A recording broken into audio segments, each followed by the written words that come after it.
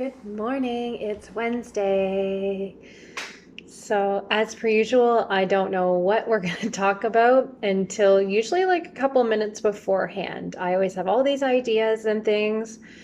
My husband hit a deer this morning on his way to work, so I was going to maybe talk about sometimes when things happen with your car, it's messages from the universe, but I think I'll save that for another time. So, if that's something that interests you, just comment on the video and we'll do a little dive into that sometime for another talk. But what's coming to me to speak to you today is a little bit about channeling, essentially, and a little bit about my journey with channeling. So, for me, when I imagine someone channeling, I originally imagined somebody has like spirit kind of overcomes them and they just totally like leave their body and some other entity or being is there and they're gone, and it's this magical thing that happens. I have no idea what's going on. If people follow like Esther Hicks or Bashar, or if you've read Seth Speaks, that kind of like that deep trance channeling, that's what I think of when someone is channeling. That has since changed for me from my own experiences with channeling with myself and also with my QHHT sessions I do, my quantum healing hypnosis technique sessions. Because during those sessions, my clients are channeling and they have different levels of conscious awareness. So what happens in a QHHT session near the end portion is your higher self comes through and speaks through your body. You can call it your higher self. You can call it the right side of your brain if you like a more scientific standpoint or viewpoint. Either way, another part of you is speaking through your body while your normal awake, aware, ego, conscious mind, left analytical brain that is usually on, that's actually kind of just subdued or turned off completely. What I notice in sessions with my clients is I have some clients, they are completely out. They don't remember talking. They don't remember anything. Essentially, it's like they're talking in their sleep. They're in a very deep trance. I have some clients, I'm one of these. When I had my session, I was right there. I knew everything I was going to say. I knew the answers before they even came out of my mouth. It was like my mouth actually couldn't move fast enough to get the answers out, which then allows for the ego to come in, question, self-doubt. Am I making this up? Maybe it's a movie I was watching, or I had a conversation with so-and-so, or it's because I've had this thought before and it's not really true. But it's about allowing that process. So for me, when I channel, I'm very much there.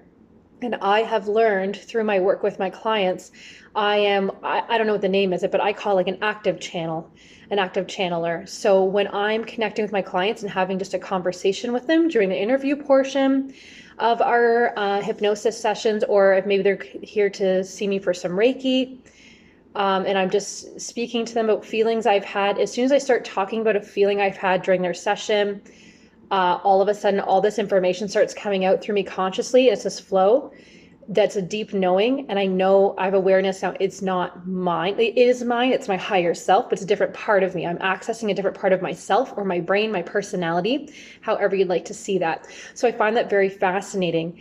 Essentially, what I'm saying is all of us have this ability to channel, as long as you let go of the stigma or the narrow, limited belief we may have. I know I'm not alone in this. And I also know there's other people that are going, duh, Candice, like you didn't know that. But we're all on our journey of learning and obtaining information and healing and growing. And I believe in showing and expressing my vulnerability for myself, but for all of you as well, because I feel that by watching my journey and my progression as I'm learning as a healer myself, that's opening portals, gates, doors for you to also access parts of yourself that maybe you were unsure of, or maybe you get some validation from me.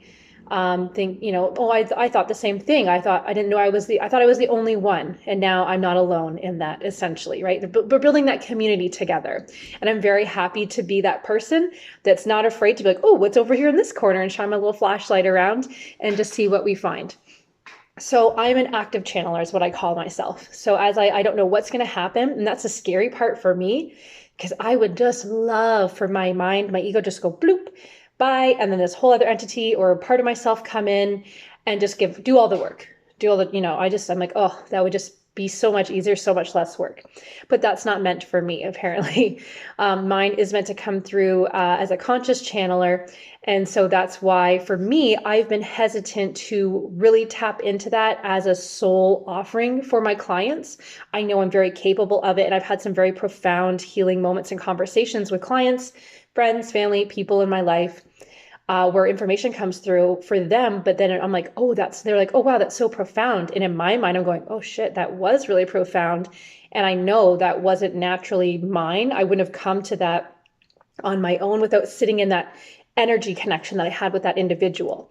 So it's really fun, really neat. So I'm learning how to work with my gift, and I'm learning that I like to build a wall. Yeah, I guess you could see it as a wall or like a safety net for me to access this. I feel down the road, I'll be offering some more intuitive readings and coaching sessions, just purely with me sitting with a client or another person. But for now, I've been using oracle cards, and I find that gives me that kitty proofing, right? I feel safe. Everything is set up so I can't get hurt. So it's protecting my ego, because that's all it is. I know that I have an innate capability. And I know I've seen it demonstrated many times with all of my clients and sessions and interactions with my family and friends, but I'm still very much attached to my oracle cards at this time. So that's something that I just wanted to share, that vulnerable part of me that, there's a lot of times we know we're able to do something, but why don't we do it? It would just be so easy, right? But that's why we came here. We incarnated to learn these lessons and go along this journey. And so this is part of mine, right? And I'm sure there's if I was to sit down and reflect and journal or meditate on this approach that I have to this ability or gift that I have would also transpose into other aspects of my life that I could then deconstruct, analyze, and maybe rebuild in a way that better serves me. And that's how I like to approach a lot of stuff that I do. So that's just my little tangent or blurb on channeling and how I access it. And so I have decided finally, with a lot of encouragement from a lot of my friends, to start offering oracle card readings. Because this is something I've been doing for fun for a little while. I'll send a little video or an audio to a friend and just do a little reading or channeling for them. And I've had a lot of positive feedback with that. And so I will be in Maynooth on October 26th, gladly offering that to people, as well as little sample Reiki sessions if people would like to just tune into the energy healing through Reiki, and just obviously having fun conversations about metaphysics and life, etc. Because why not? That's why I'm here. That's what I'm all about. So I'm offering those, and today I'd like to do just a little collective reading with everybody. I feel that the best way for me to continue to step into onto this stage, because I feel that I have a future where I'm going to be speaking in front of a lot of people, and doing it online right now seems to be the way that I feel safest to access it, even though I'm actually speaking to more people than I would be in a room. I feel that I'm safe because I'm here with my own energy in this space while I'm recording this, and then I can bring it out, and whoever is intended to receive my message, my vibration, will receive it, and it will serve them however it's intended to. So I have quite a few oracle card decks. I got most of them from my previous workplace. I used to work at Grill Springs. It's located in Bancroft, Ontario. It's a lovely place to go if you're looking to get away. And there's also a few other places in town. I think Lakeside Gem Shop has some, and Mystical Paths has them in Bancroft. And obviously you can buy stuff online too, but it's always great to support local. So if you're in the Bancroft area, I recommend you go to one of those places. Okay, so I'm just going to feel into which deck I want to use today.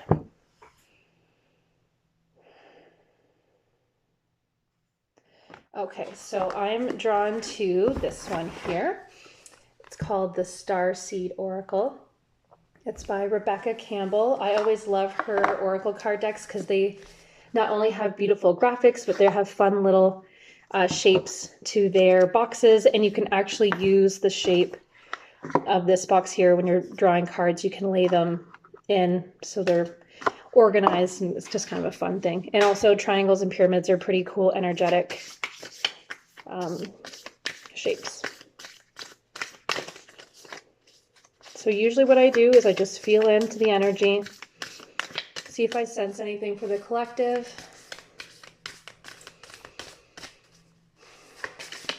I feel a lot of big changes coming up. Fall is a very pivotal moment for all of us. Individually, we're all going to be challenged. It feels like whatever it is that could be holding you back or that you've repressed is going to come up to the surface, is going to be pushing itself up. And this has come up a few times for me. It feels like the alarm is going off and we're kind of hitting snooze. The alarm's going off and you're hitting snooze, but eventually it's time to get up. So you might be racing to get there on time. You might be like, you know what, I'm going to get up, I'm ready, and have your shower, have your breakfast, brush your teeth, whatever it is you do, the metaphor for whatever is coming up. There's a big shift or change happening. It is to do with like the shift that everyone's talking, the new earth, but it's not that. That's not happening overnight. This is something that's preparing you for that, and it's helping you to get out of your own way. So it's going to feel uncomfortable. It's going to feel a bit icky. Even for me, I'm starting to feel a lot of that. I'll feel like this really deep, thick heaviness in our home. The other night I was reading books with my kids, and I actually, I experienced messages I've accepted through my body. And I used to have some breathing issues, and then I addressed a lot of traumas and stresses that I was carrying. And with me, anyways, the breathing issues came back a few days ago. I was reading books with my kids and I was like, oh, I got to really take a breath before I said the next sentence. And I thought that was really weird. Like it felt like I had just like come in from a run, but I was laying in bed. It was cozy. It's the end of the day. So I did a lot of like cleansing, energetic cleansing in my home, and just allowed myself to sit with those feelings. And I understand that I may not consciously know exactly what's going on, but just allowing the emotions and the feelings to move through me, and also keeping a level head and not projecting my wounds or energy vomiting on those around me. Like maybe I'm not feeling great, so I'm trying to make sure that I'm not projecting that onto my partner or taking it out on my kids, and just really doing things to make me happy, slowing down. And I can feel myself kind of coming up on the other side of that a little bit, but still feels like there's this this like transition that we're all going through. So you're going to experience that on an individual level for yourself. It may come through as very stressful situations that are reminding you like it's a cycle that keeps happening in your life, but it's really going to get thrown into your face. So to avoid being put back on your heels, just mentally know that if or when something is happening, don't be walking around going, oh, is it going to happen now? I got to be like a scared little mouse waiting for this tragic or really scary or really, I don't know what this event's going to be. That's not what I'm trying to communicate to you. It's just know that something's going to happen, that you might feel a little triggered, and just go, I see you. There it is. And just be with it. You don't need to solve all the problems. You don't have to have the answer right then and there, but just be consciously aware of it. Just have that resource in your back pocket, essentially. So that's what it feels like. And I feel that there is something that's going to happen after that, no matter where we all end up on the other side of whatever's personally challenging us, as a collective, it's going to prepare us to come together. There's going to be a large disruptor coming through in the next little bit, this fall or winter, that's going to change how we do or view things. It feels like, I don't know exactly what it is. It feels like something we do in our lives, like hydro or cell phone or something like that. There is going to be disruption of some kind. That's what I feel like, but I could be wrong with that. I think maybe for me, that would be disruptive if there was no hydro and there was no cell phone reception. I think, I'm not ready. I don't have running water, all these things. But all that aside, something is going to happen that's going to disrupt our lives. Not necessarily in a bad way, just a way you're kind of go, oh, wow. And then it's going to make you second guess or question what's important to you, how you're living your life, and also making us reach out to each other. It's almost like we're being forced to be a community energetically. This doesn't feel like the 1% that rules us is trying to fuck us over. That's not the vibe I get. It feels like a collective growth, like a checkpoint for all of us to come through that portal as a collective to go to the next level, essentially, of being here on this fun planet. So hopefully that makes sense to some of you. If it resonates, let me know. I never know what to make of what comes to me. So anyways, I'm just going to draw a card for the collective. So yeah, I like to feel into the energy. And oh, there's our card. I never know how many cards I'm going to draw. Sometimes it's one. Sometimes I've had 7. I just go by feel. Today it feels like just one is necessary. And I don't always use the little book here. I don't have my decks memorized. I go with my intuition, how it feels. And then if I feel I need further guidance or clarification, I will tune into the book provided by the Oracle deck. So it says, cracked open, rock bottom, surrender to the alchemy of life. So that's the card there. So when I'm feeling into this card, it really just piggybacks on what I just said. So you may have some of the icky feels. It's going to be uncomfortable, but just know that it's part of the journey. So it might feel, and some points you're at rock bottom, or you may be like, I thought I've resolved this. Why is this coming back up for me? It's the universe, source, God, whatever you like to identify with, and just double checking and ensuring that you are indeed done with this, that it is indeed resolved.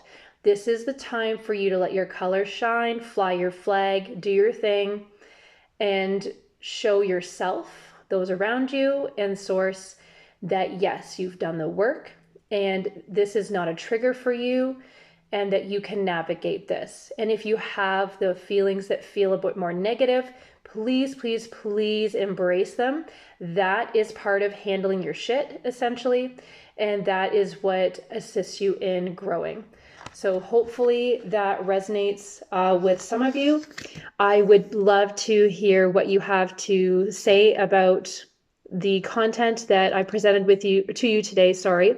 If anything resonates with you, and maybe some of the stuff that you're going through right now, or as I'm talking, maybe that's giving you some downloads and things are coming through for you that you feel others would benefit from. I encourage you to share that in the comments below.